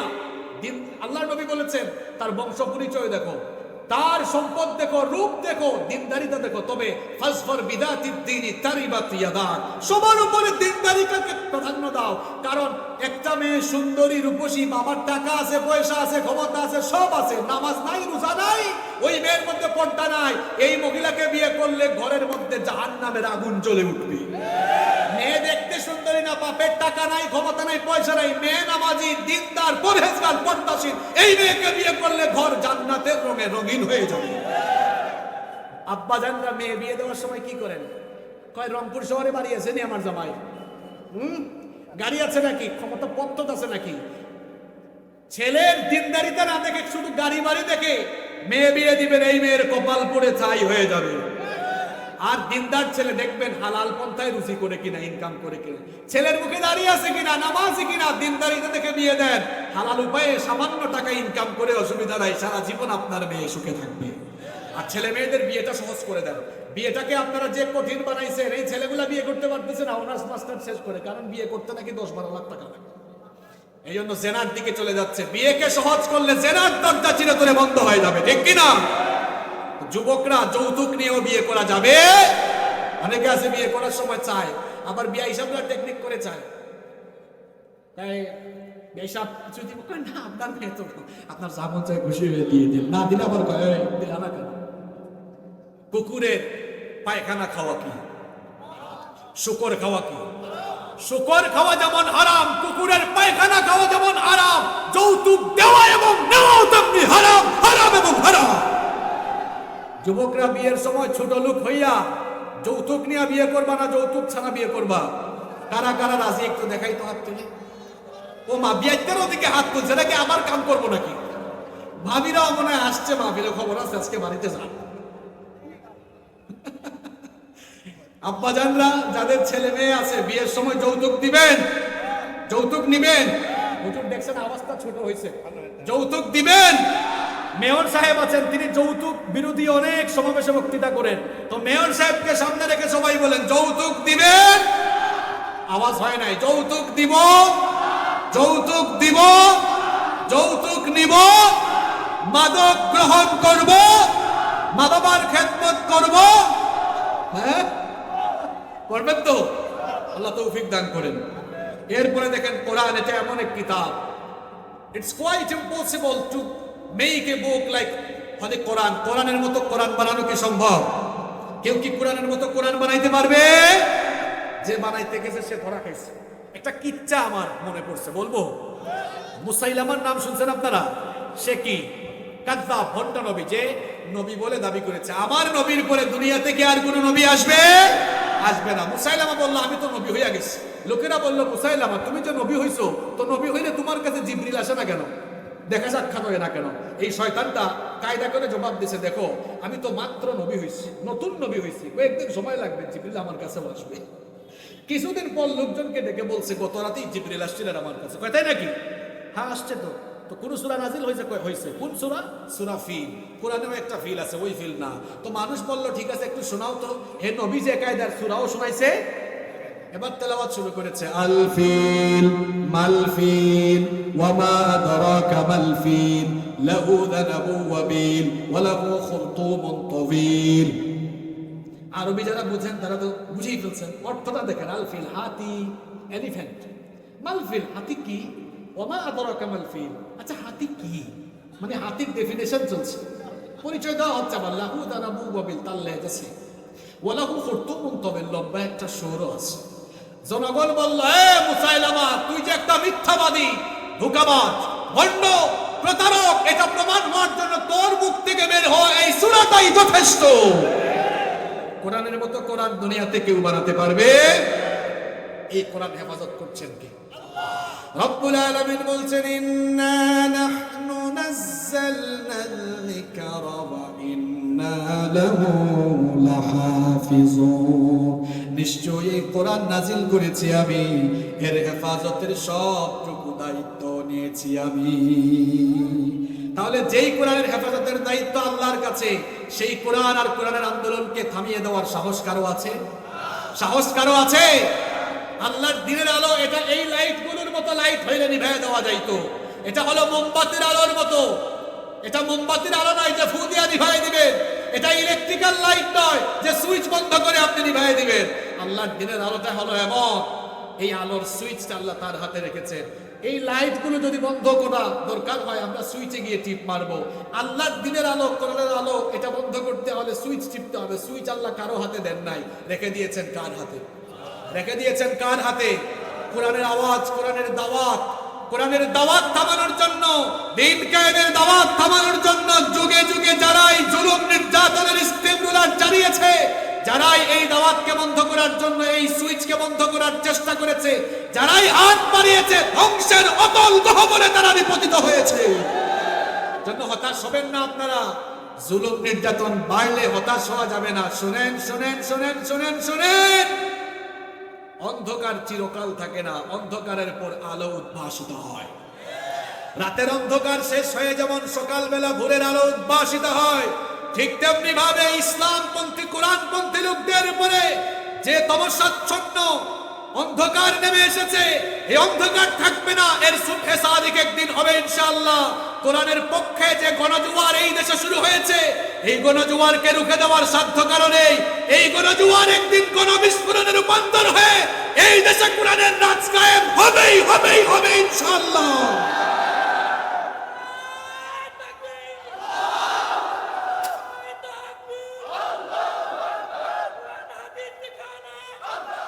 সম্মানিত ভাইয়েরা, রাত 12টা হয়ে যাচ্ছে, আমি আর কথা বাড়াবো না, মোনাজাতের দিকে যাব। শেষ কথা বলছি, শুনেন, শেষের দিকে যাচ্ছি, শুনেন। এই কোরআনের আওয়াজকে থামানো যাবে? ফেরাউন আর নমরুদ এই দুনিয়ার বিখ্যাত লোক না কুখ্যাত লোক? এই দুনিয়ার কুখ্যাত কাফের ছিল এরা। এরা আল্লাহর দ্বীনের বিরুদ্ধে অনেক ধরনের পরিকল্পনা সাজিয়ে তাদের কর্মসূচি বাস্তবায়ন করার চেষ্টা চালিয়েছে। আল্লাহর জমিন থেকে তারা আল্লাহর দ্বীনকে কখনো মিটায় দিতে পারে? আল্লাহর জমিন থেকে আল্লাহর দ্বীনকে ফেরাউন নমরুদরা মিটিয়ে দিতে গিয়ে তারা যেমন স্বপ্নকে বাস্তবায়িত করতে পারে নাই, যেভাবে তারা ধ্বংস হয়ে দুনিয়া থেকে বিদায় নিয়েছে, ঠিক তেমনি ভাবে আল্লাহর জমিনে আল্লাহর দ্বীনের দায়ীদের উপরে নির্যাতন, নিপীড়নের স্টিমুলার চালানোর পরে দিন কায়েমের এই আন্দোলনকে স্তব্ধ করা যাবে না, বরং যারাই চালাবে তারা একদিন নিঃশেষ হয়ে যাবে। আল্লাহ আমাদেরকে বুঝার তৌফিক দান করুন। কোরআন ছিল, কোরআন আছে, কোরআন থাকবে ইনশাআল্লাহ। কোরআন যেখানে শান্তি আছে সেখানে, কোরআন যেখানে আমরাও আছি সেখানে। এই কোরআন দিয়ে মসজিদ চালানো হয়, মসজিদে শান্তি কম না বেশি? স্লোগান দিয়ে না, কোরআন দিয়ে মসজিদ চালানো হয়, মসজিদে শান্তি কম না বেশি? এই কোরআন যদি সব লেভেলে চলে যায়, সমাজের সর্বত্র ছড়িয়ে যায়, তাহলে বলেন তো শান্তি কম থাকবে না বেশি থাকবে? নবীজির সময় আর আমাদের সময়ের পার্থক্য বলে আমি শেষ করছি। এই বসায় দাঁড়াবে, এটা শুনে যাও। কোথায় যাও তুমি? সবকিছু বুঝে ফেলছো? নবীজির সময়ে এই কোরআন মসজিদে ছিল, সমাজে ছিল না। কারে আমি ওয়াজ শোনাই, এটা ঠিক হুজুর না, এটা বেঠিক হুজুর। আবার শোনেন, নবীজির সময় কোরআন মসজিদে ছিল, সমাজে ছিল না। এখনো কথা কয় না, আমি তো ভুল বলছি কথা। নবীজির সময় কোরআন মসজিদে ছিল, সমাজে ছিল না। সমাজে নবীজির পরে চারজন খলিফা আসলেন, আবু বকর, ওমর, উসমান, আলী রাদিয়াল্লাহু তাআলা আলাইহিম আজমাইন। তারা মসজিদের মধ্যে এই কোরআন শরীফ রাখছেন আর কোরআন দিয়ে ঝাড়ফুঁক দিছেন আর সমাজ চালাইছেন নিজেরা আইন বানাইয়া। জি, আরো জোরে বলেন। নবীজি বলেছেন আমার পরে 30 বছর খোলাফায়ে রাশেদার আমলে কোরআন দিয়ে সব চলবে। নবীজি বলেছেন খায়রুল কুরুনি করনেন সুম্মাল্লাযীনা ইয়ালুনহুম, আমার যুগ শ্রেষ্ঠ যুগ, আমার পরের যুগটাও শ্রেষ্ঠ, কারণ তখনও কোরআন থাকবে। এরপরে নবীজি বলেছেন মুসলমানদের মধ্যে স্বার্থান্বেষী কিছু লোক তৈরি হয়ে যাবে, এরা নিজেদের স্বার্থের জন্য কোরআনকে মসজিদে রেখে দিয়ে সমাজে তারা নিজের মন করা আইন শুরু করবে।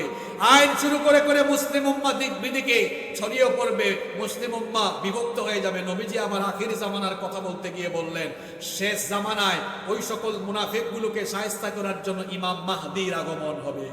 ইমাম মাহদি কিন্তু চলে এসেছেন, দরজায় কোরআন আনছেন, হঠাৎ চলে আসবেন।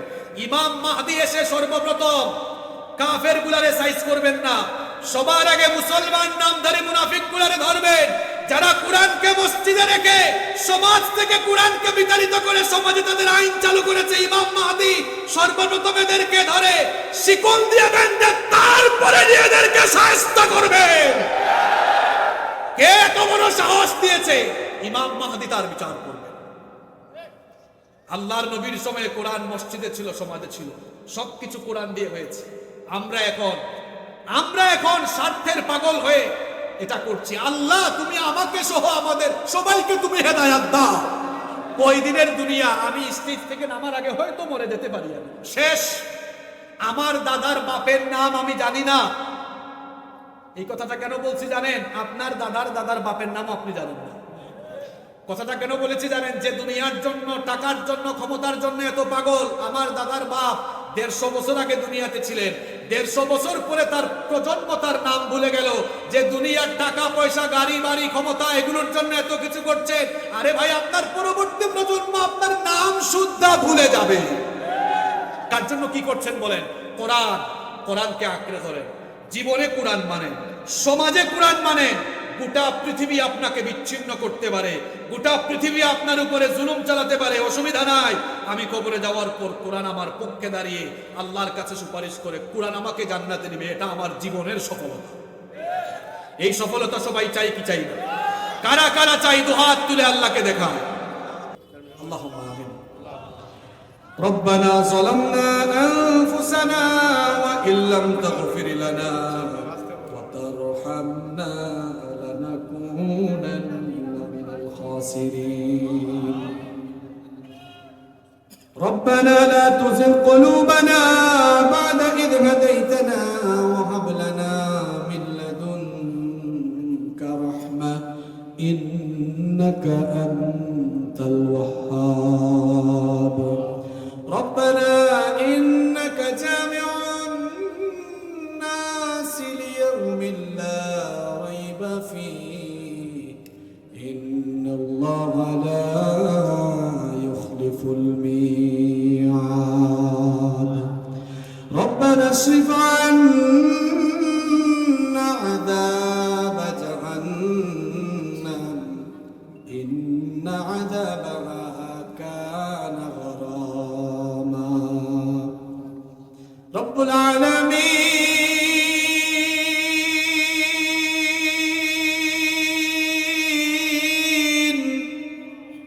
গভীর রাত পর্যন্ত আমরা তোমার কোরআন পাগল বান্দারা নীরবে বসে বসে তোমার কিতাব থেকে আলোচনা শুনেছি।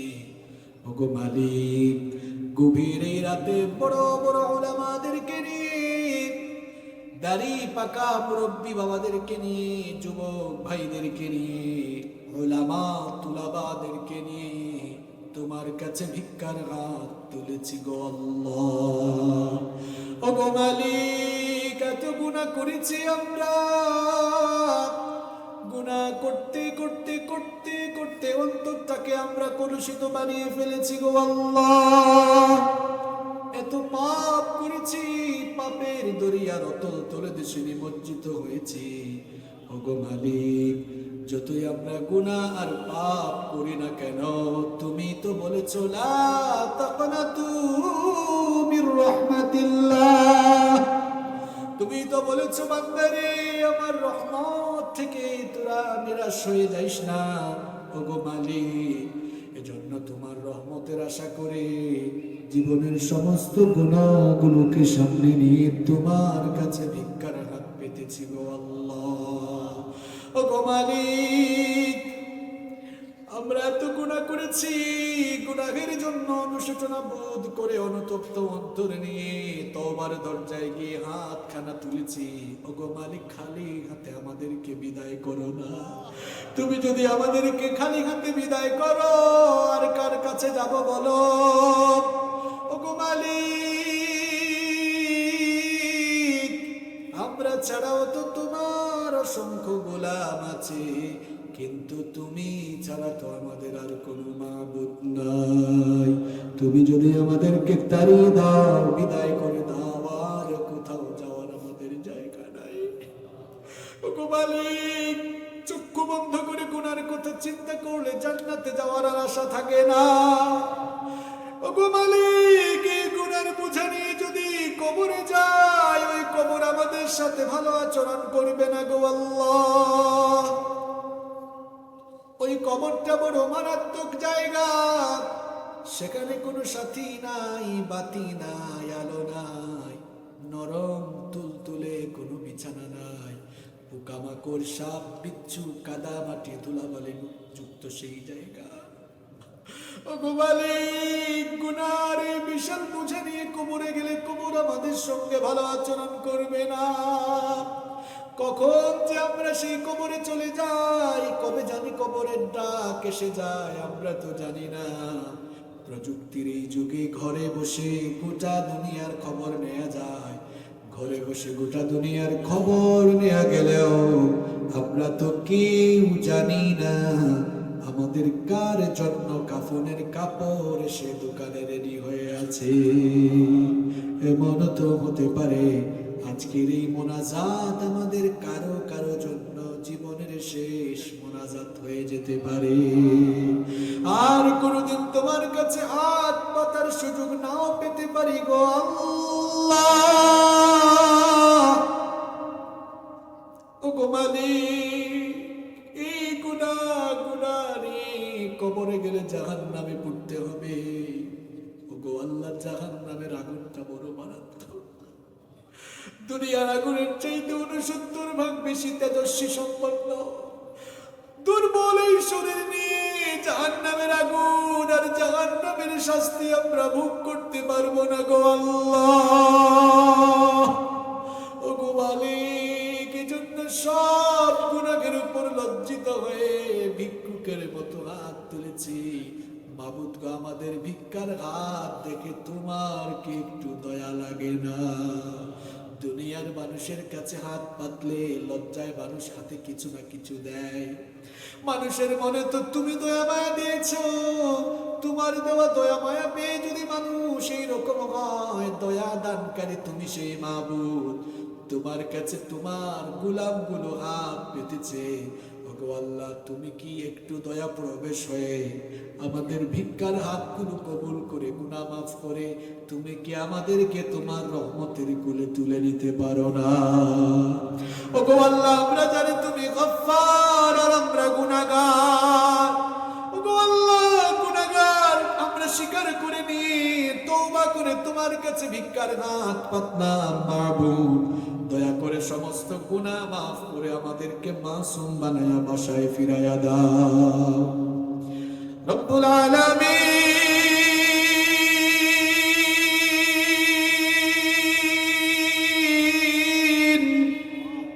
গভীর এই রাতে আমরা যখন তোমার কাছে হাত পেতেছি, মনে পড়ে গেল আমাদের জন্মদাতা আব্বা আম্মার কথা।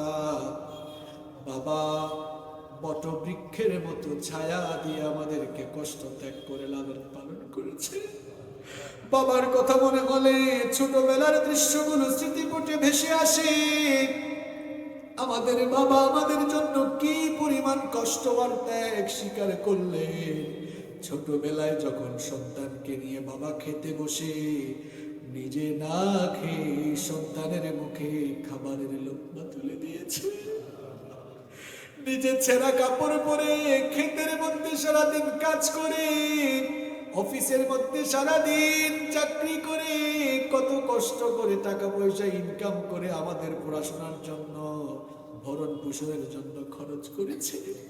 ঈদের সময় যখন আসে বাবা নিজে পুরাতন কাপড় পরে আর কষ্ট করে হলেও সন্তানের জন্য নতুন কাপড় কিনে আনে। যেই বাবা সারাটা জীবন কষ্ট করে করে আমাদেরকে ভালোবাসা দিলে, কবরে যাওয়ার পরে তিনি একা হয়ে গেলেন। আমরা যারা বাপ হারিয়েছি, ঘরে গিয়ে আমরা আব্বা আব্বা বলে মনের জ্বালা মিটাইতে পারি না গো আল্লাহ। ও গো মালিক, আমাদের মধ্যে আবার অনেক ভাইয়েরা মাও হারিয়ে ফেলেছে। ও গো মালিক, একটি অক্ষর মাত্র মা, কিন্তু মনে হয় যেন গোটা দুনিয়ার সকল মধু তুমি নামে ঢেলে দিয়েছো গো আল্লাহ। কত মধু মাখা, কত জাদু মাখাই না। ও গো মালিক, আমরা তো পুরুষ মানুষ, গর্ভধারণের যন্ত্রণা আমরা বুঝি না। আমাদের মা কি কষ্ট আমাদের জন্য সহ্য করেছেন, ভাষায় প্রকাশ করা সম্ভব না। একদিন আর 2 দিন নয়, 10 মাস তিনি পেটে আমাদেরকে নিয়ে কষ্ট সহ্য করেছেন। এই যে শীতের রাতগুলোতে দুনিয়ার মানুষ কত আরাম করে ঘুমায়, কিন্তু গর্ভবতী মা আরাম করে ঘুমাইতে পারে না।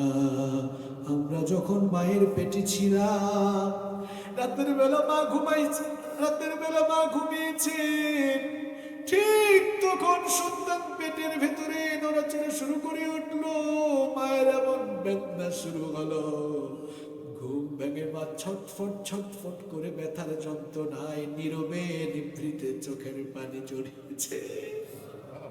গভীর রাতে মায়ের নাড়ি ছেঁড়া, কলেজা ছেড়ে যন্ত্রণা, আর সেই চোখের পানিগুলোর সাক্ষী তুমি ছাড়া আর কেউ নাই গো আল্লাহ। শুধু রাতের বেলা নয়, দিনের বেলা আমাদেরকে আমাদের মা পেটে নিয়ে সাংসারিক সকল কাজ করেছে। এরপরে ঘরের সবাইকে খাওয়াইলেন। ঘরের সবাইকে খাওয়ানোর পরে মা যখন ক্ষুধা পেটে খেতে বসলেন, ঠিক তখন সন্তান পেটের ভেতরে নড়াচড়া শুরু করে উঠল। মায়ের বমি বমি ভাব সৃষ্টি হয়ে গেল। সারাদিনের ক্ষুধার্ত পেটে প্লেটটা রেখে দিয়ে বেডরুমের ভেতরে গিয়ে দরজা বন্ধ করে চিৎকার করে করে কেঁদেছে গো আল্লাহ। এভাবে যে কত রাত আর কত দিন মা কেঁদেছে, তুমি ছাড়া কেউ জানে না গো আল্লাহ। ও গো আল্লাহ, ওই মা যখন আমাদেরকে প্রসব করলেন, সেই মা কত কষ্ট সহ্য করলেন। বর্তমান চিকিৎসা বিজ্ঞান বলে একজন মানুষ সর্বোচ্চ 20 থেকে 25 ইউনিট পর্যন্ত ব্যথা সইতে পারে, কিন্তু আমাদেরকে জন্ম দিতে গিয়ে আমাদের জনম দুঃখিনী মা 20 আর 25 নয়, 50 থেকে 55 ইউনিটের ব্যথা, 50 থেকে 55 ইউনিটের বেদনা কিভাবে একজন মানুষ সহ্য করে পৃথিবীর বিজ্ঞানেরও জানা নাই। ও গো মালিক, শরীরের সবগুলো হাড় ভেঙে গেলেও হয়তো এত যন্ত্রণা হয় না। সেই যন্ত্রণা সহ্য করে মা জন্ম দিলেন। এরপরে দুনিয়াতে এসে মায়ের বুকের দুধ চুষে চুষে খেলাম।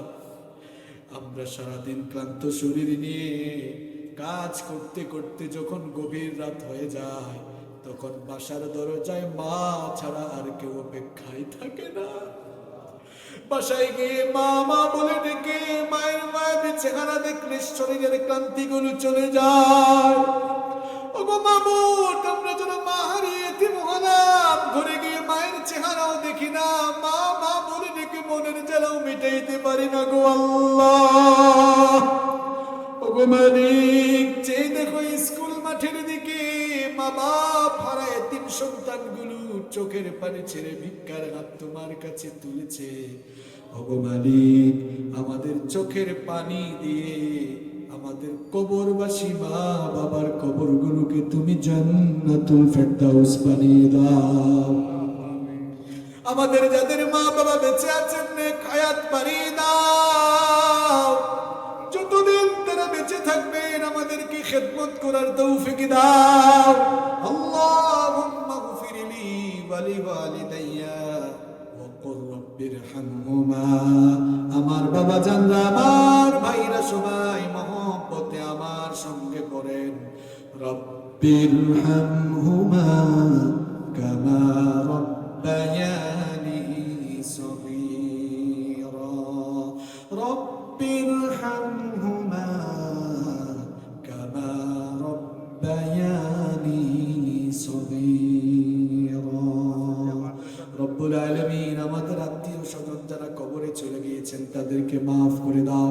এই এলাকায় কবরস্থানে যত মুর্দেগান শহীদ রয়েছেন সবার কবরের আযাবকে মাফ করে দাও। রব্বুল আলামিন আমাদের মধ্যে যারা অসুস্থ তাদেরকে শিফা দান করে দাও। বিশেষ করে এই মাহফিল আয়োজক কমিটির অন্যতম এক ভাই, আমার অত্যন্ত প্রিয় জসিম ভাইয়ের মেয়ে, সেই জন্মের পর থেকে অত্যন্ত দুরারোগ্য ব্যাধিতে আক্রান্ত। রব্বুল আলামিন ছোট্ট সেই মেয়েটিকে তুমি শিফায়ে আজিলা এবং কামিলা নসিব করে দাও। রব্বুল আলামিন আজকের এই মাহফিলটিকে তুমি কবুল আর মঞ্জুর করে নাও। অসংখ্য ভাই বোনেরা মাহফিলে দান সদকা করেছেন, সবার দান সদকা কবুল করে নাও, সবার দান সদকা কবুল করে নাও। আর আমরা যারা মাহফিলে এসেছি, যারা দান সদকা করেছি, কাল কিয়ামতের কঠিন দিনে এই মাহফিলকে আমাদের সকলের জন্য নাজাতের ওসিলা বানিয়ে দিও। অসংখ্য উলামায়ে কেরাম মাহফিলে এসেছেন, আল্লাহ আমাদের মাথার তাজ উলামায়ে কেরামদেরকে মাফ করে দাও, তাদের ইজ্জত বাড়িয়ে দাও, সম্মান বাড়িয়ে দাও, তাদের হায়াতে বরকত দাও।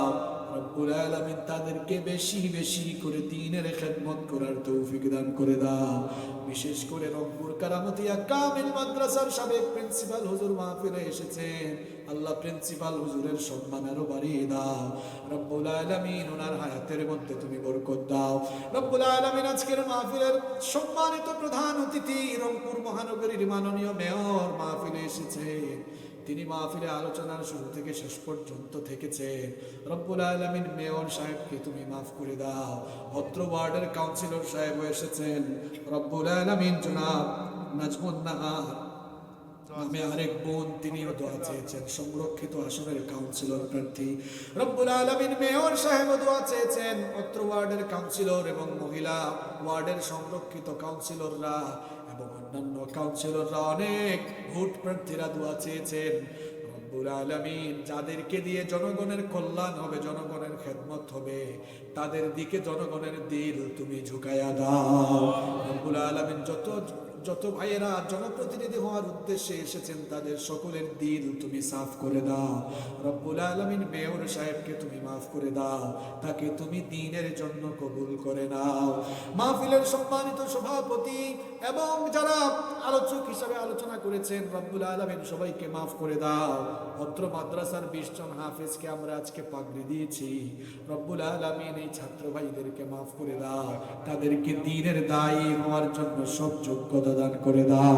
এই মাদ্রাসার সকল ছাত্রদেরকে মাফ করে দাও। গভর্নিং বডির সদস্য, মাদ্রাসার শুভাকাঙ্ক্ষী যারা আছেন সবাইকে মাফ করে দাও। এই মাদ্রাসার যত সমস্যা আছে আল্লাহ সমাধানের ব্যবস্থা করে দাও। রব্বুল আলামিন মাদ্রাসার অসম্পূর্ণ সকল কাজ সম্পূর্ণ করার তোমার কুদরতি ব্যবস্থা করে দাও। অসংখ্য মা বোনেরা মাহফিলে এসেছেন, আমার মা বোনদের গুনাহগুলো মাফ করে দাও। রব্বুল আলামিন আমার মা বোনদেরকে নামাজি বানিয়ে দাও, পর্দায় থাকার তৌফিক দাও। আমার নিঃসন্তান মা বোনদেরকে সন্তান নামক নেয়ামত দিয়ে ধন্য করে দাও। রব্বুল আলামিন আমার যুবক ভাইদের গুনাহগুলো মাফ করে দাও। আমার যুবক ভাইদেরকে দাঁড়িয়ে রাখার তৌফিক দাও, দ্বীনের জন্য কবুল করে নাও। আমার পুলিশের ভাইদেরকে মাফ করে দাও, আমার গোয়েন্দার ভাইদেরকে মাফ করে দাও। আমার দেশের পুলিশ, র্যাব, বিজিবি, সেনাবাহিনী, বিমান বাহিনী, গোয়েন্দা সংস্থা, টিভি সহ প্রশাসনিক স্তরে যারা দায়িত্ব পালন করছেন সবাইকে মাফ করে দাও, সবাইকে দ্বীনের জন্য কবুল করে নাও।